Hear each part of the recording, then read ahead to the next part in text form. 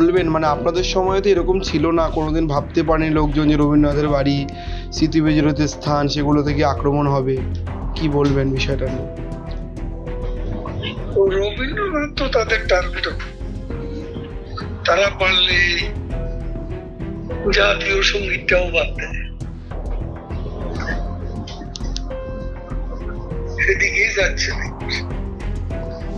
মানে এরকম একটা পরিস্থিতি তৈরি হচ্ছে, আপনারা বারবার যে অভিযোগটা করছিলেন যে জেহাদি, মৌলবাদী, কট্টর মৌলবাদ, ঠিক সেই পরিস্থিতির দিকে তো আবার ইঙ্গিত, যেখানে রবীন্দ্রনাথের বাড়িও রক্ষা পাচ্ছে না।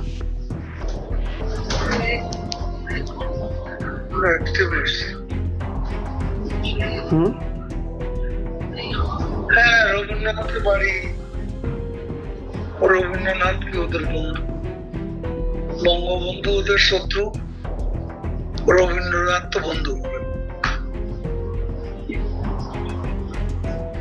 ঠিক, কি কোনো ব্যবস্থা নেওয়ার ইঙ্গিত? মানে আপনারা যদি ফিরবেন যখন আবার নতুন করে, নতুন উদ্যমে, এদের তো ব্যবস্থা নিশ্চিত নেবেন, এদের তো শাস্তি হবে।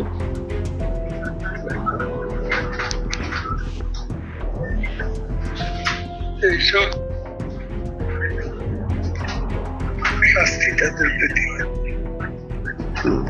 Thank you sir.